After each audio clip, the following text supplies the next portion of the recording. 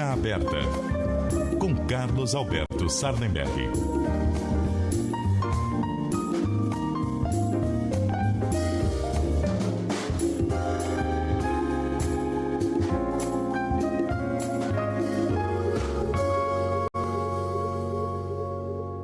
Bom dia para você, Sardenberg. E aí, Milton, bom dia, Cássia, bom dia, ouvintes. Bom dia, Carlos Alberto. Vamos olhar para essa concessão da licença para exploração, ou para o início dos testes, né, ali na margem equatorial?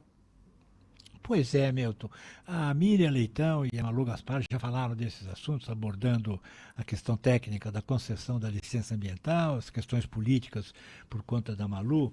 E eu queria puxar um outro assunto para completar, porque é uma questão extremamente importante essa, né?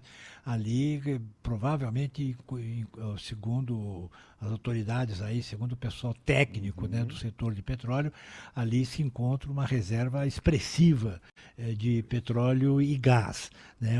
Seria um segundo pré-sal na história aí da indústria brasileira. Bom, o que eu queria chamar a atenção é que quando o poço de petróleo, primeiro ele é descoberto não, você supõe que existe ali petróleo por análises geológicas, né? E já se imaginava, já se sabia de que de algum modo havia petróleo ali naquela chamada margem equatorial desde o início dos anos 2000. Desde o início dos anos 2000. Mas a Agência Nacional de Petróleo, a ANP, fez o leilão para esse poço que agora recebeu licença, esse poço ali da Foz do Amazonas, que agora recebeu a licença para a perfuração exploratória. Esse poço foi licenciado, foi colocado em leilão em 2013.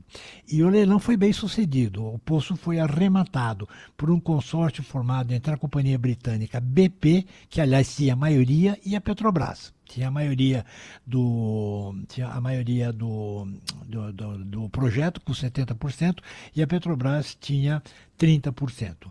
No ano seguinte, a British Petroleum, a BP, hoje chama BP, ela entrou com o processo de licença ambiental em 2014. E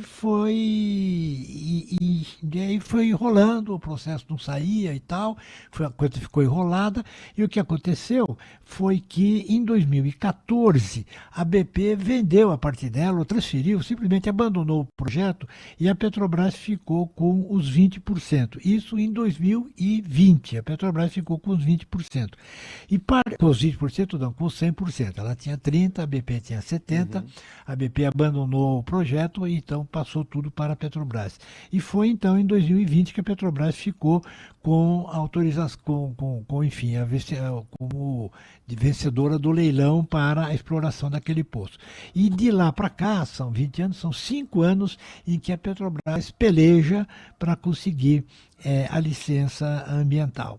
Então você veja, um poço que foi leiloado para a exploração, leiloado em 2013, acabou tendo a licença de perfuração exploratória em 2025. São, portanto, 12 anos em que o processo demorou. Nesse meio tempo, as companhias de petróleo que ficam ali na Guiana e no Suriname já perfuraram, encontraram petróleo e já estão explorando petróleo, que provocou um grande desenvolvimento ali naquelas duas áreas, ali nos dois países, né, na Guiana e no Suriname. Enquanto o Brasil começa agora a fazer o processo de exploração.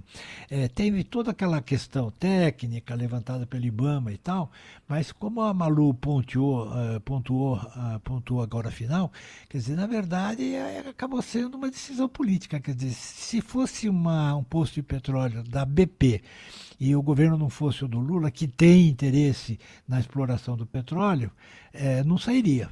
Quer dizer, a licença acabou saindo porque o poço ficou com a Petrobras, e porque o presidente Lula, em manifestações claras dele e em manifestações do seu ministro da Minas e Energia e da própria presidente da Petrobras, o presidente Lula porque queria também a exploração do petróleo dessa área.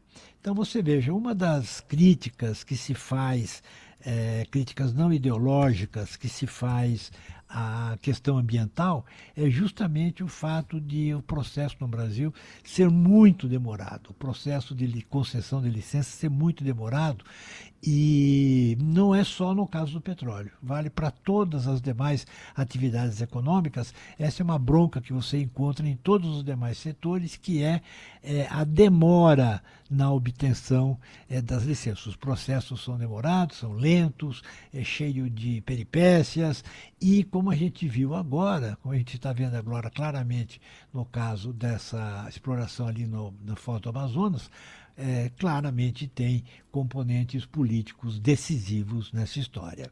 Milton e Cássia. Muito obrigado, Carlos Alberto Sardenberg. Bom dia para você, até mais. Bom dia, até mais.